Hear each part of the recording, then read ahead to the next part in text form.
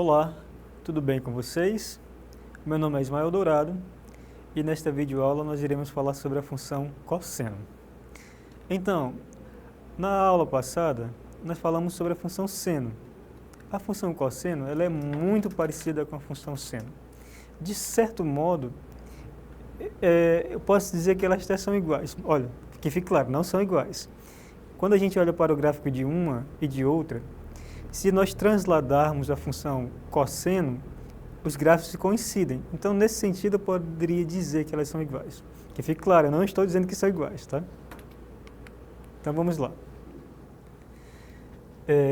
Observe aqui comigo que a função cosseno é dada por essa expressão aqui.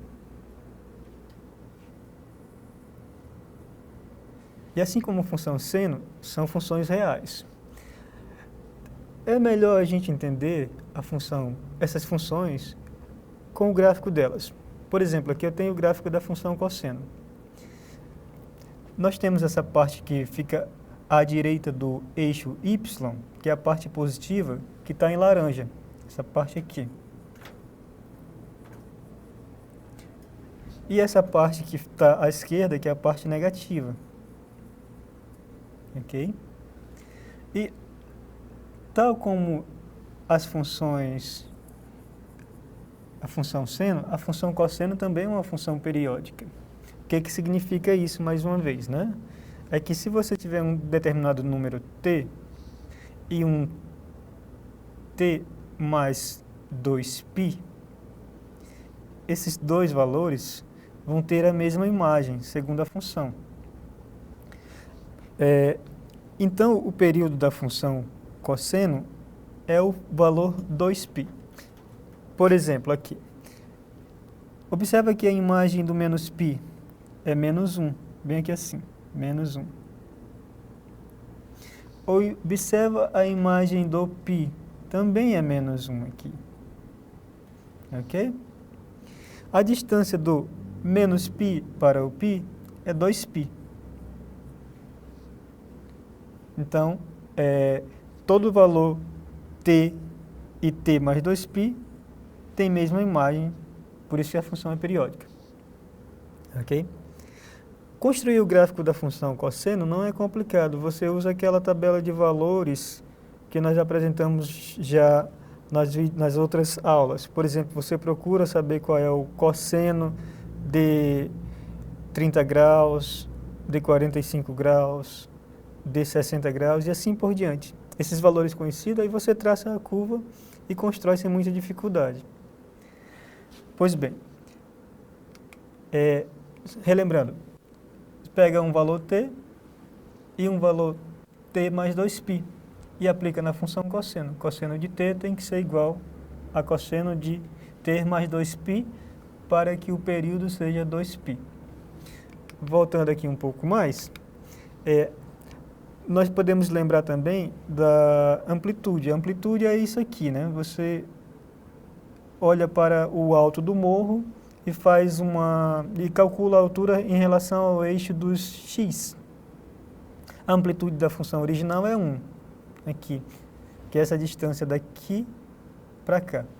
Ok? Tudo bem.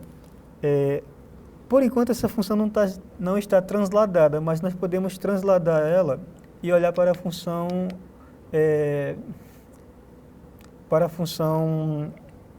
geral. Mas antes de olhar para a função geral, observe esse seguinte exemplo. Eu quero determinar a imagem do 7π sobre 3 e do π sobre 3. Eu escrevi aqui o 7π sobre 3 como sendo π sobre 3 mais 2π. Aí nós lembramos que ela é uma função periódica. O que significa isso?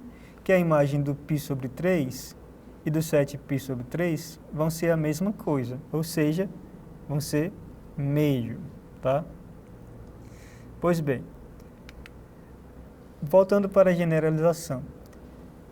Assim como a função seno, a cosseno ela é dada por uma expressão desse tipo. Lá na função seno, nós só mudávamos o nome aqui, né? Ok?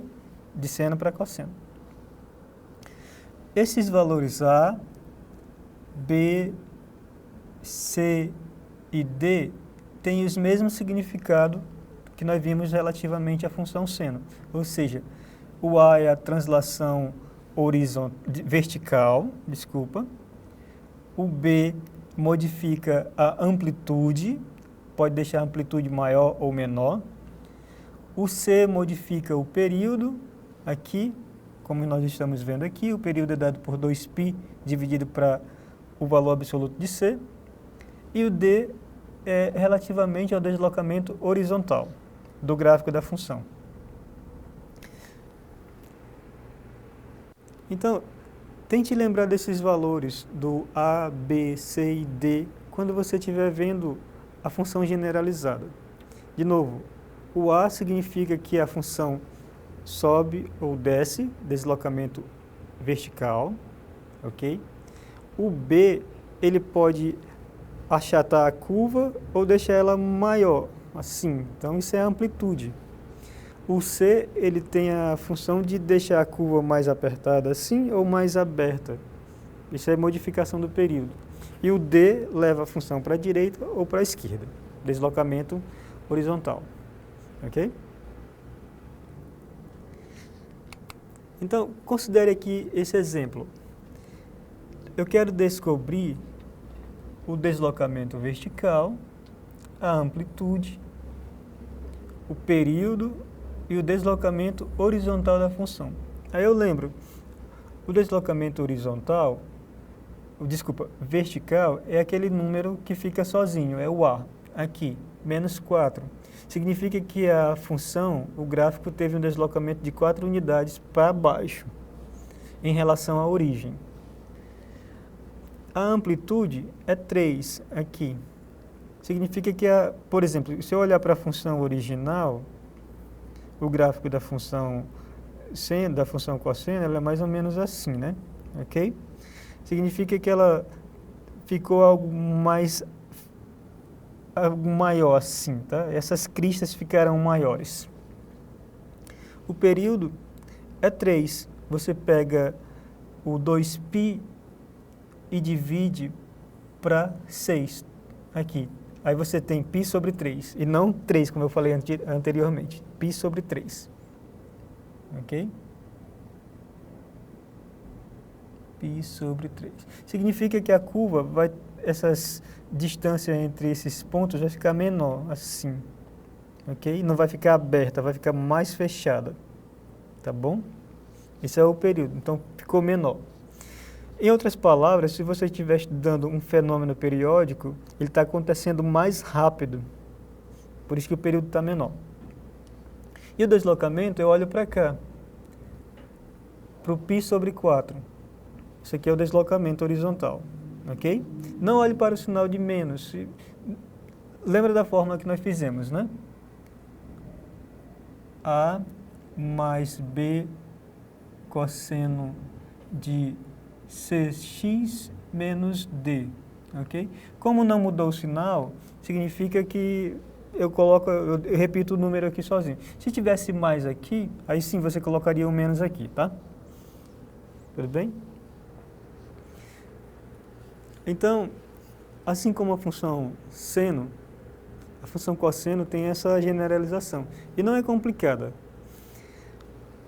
Se você compreende uma, você compreende naturalmente a outra.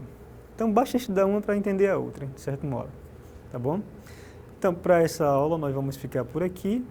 Isso é tudo que nós temos que falar sobre a função seno. Nós nos vemos na próxima aula. Até lá, abraço.